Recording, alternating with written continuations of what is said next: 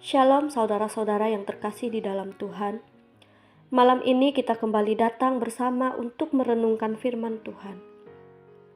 Kita tahu bangsa kita Indonesia sedang menghadapi masa-masa sulit.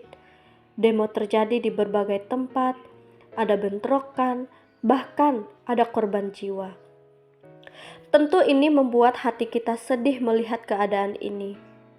Tetapi justru di saat-saat seperti inilah kita sebagai umat Tuhan dipanggil untuk datang lebih dekat kepadanya dan mencari pengharapan hanya dari firman-Nya. Sebelum kita merenungkan kebenaran firman Tuhan, mari kita berdoa.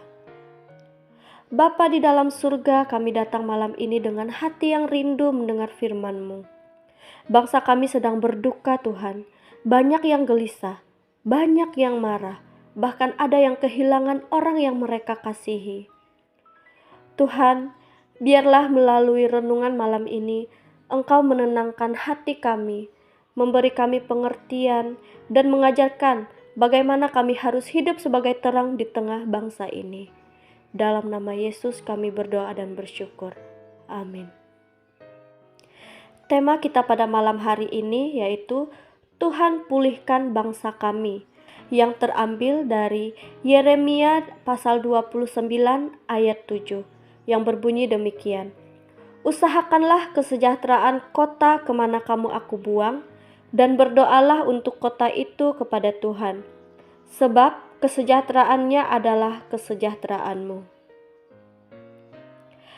Saudara-saudaraku yang diberkati Tuhan, ayat ini dituliskan ketika bangsa Israel berada di pembuangan Babel.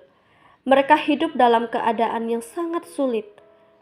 Mereka hidup penuh tekanan, jauh dari rumah, bahkan penuh ketidakadilan. Tetapi Tuhan melalui Nabi Yeremia memberikan pesan yang mengejutkan, yaitu usahakanlah kesejahteraan kota itu. Artinya meskipun mereka ada di tengah keadaan yang tidak baik, Tuhan tetap memanggil mereka untuk mendoakan, mengusahakan kebaikan, dan menjadi berkat. Bagi kita hari ini, firman ini mengingatkan meskipun bangsa kita sedang tidak baik-baik saja, kita tidak boleh hanya mengeluh. Tidak boleh kita hanya marah atau pasif. Kita harus menjadi umat yang mendoakan bangsa ini, mengusahakan damai dan hidup sebagai terang. Perenungan ini mengajarkan kita bahwa dunia ini rapuh. Satu peristiwa bisa mengubah suasana dari damai menjadi ricuh. Ini mengingatkan kita bahwa kita tidak bisa bersandar pada kekuatan manusia atau pemerintah saja, tetapi hanya pada Tuhan. Kita dipanggil untuk menjadi pembawa damai. Yesus berkata dalam Matius 5 ayat 9, berbahagialah orang yang membawa damai, karena mereka akan disebut anak-anak Allah. Mari kita jangan ikut menyulut api kebencian, baik lewat perkataan kita maupun lewat media sosial. Sebaliknya, mari kita tebarkan kasih dan penghiburan. Kita harus mendoakan bangsa ini, saudara. 1 Timotius 2 ayat 1 dan 2 mengajarkan kita untuk berdoa bagi pemerintah dan semua pemimpin. Doa kita mungkin tampak kecil, tetapi doa orang benar besar kuasanya.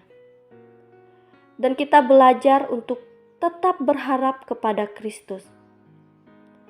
Ketika berita-berita membuat hati kita takut, ingatlah janji Yesus dalam Yohanes 14 ayat 27, damai sejahtera kutinggalkan bagimu, damai sejahteraku kuberikan kepadamu.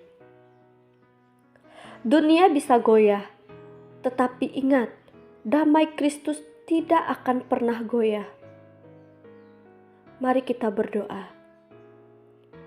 Bapa di surga, kami berdoa bagi bangsa Indonesia. Tuhan, lihatlah keadaan negeri kami yang sedang bergolak.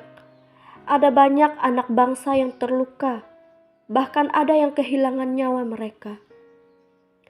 Kami mohon jamahlah bangsa kami dengan damai sejahtera-Mu ya Tuhan. Berkati para pemimpin kami agar mereka bijaksana, Jauhkan mereka dari kepentingan diri, dan tuntunlah supaya mereka takut akan Tuhan. Jadikan kami anak-anak-Mu sebagai pembawa damai, bukan pembawa kebencian. Berikan hati yang sabar, lidah yang penuh kasih, dan tangan yang siap menolong. Di tengah kekacauan dunia ini, biarlah damai-Mu menguasai hati kami. Hanya di dalam nama Tuhan kami Yesus Kristus kami berdoa dan mengucap syukur. Haleluya. Amin. Saudara, meskipun keadaan bangsa kita saat ini sulit, mari jangan putus asa. Justru inilah saatnya kita menunjukkan siapa kita di dalam Kristus. Mari kita tetap berdoa, tetap percaya, dan tetap menjadi terang. Ingatlah, Tuhan yang sama yang memelihara Israel di tanah pembuangan adalah Tuhan yang sama yang memelihara Indonesia hari ini. Dia berkuasa memulihkan bangsa kita. Shalom, selamat beristirahat. Tuhan Yesus memberkati.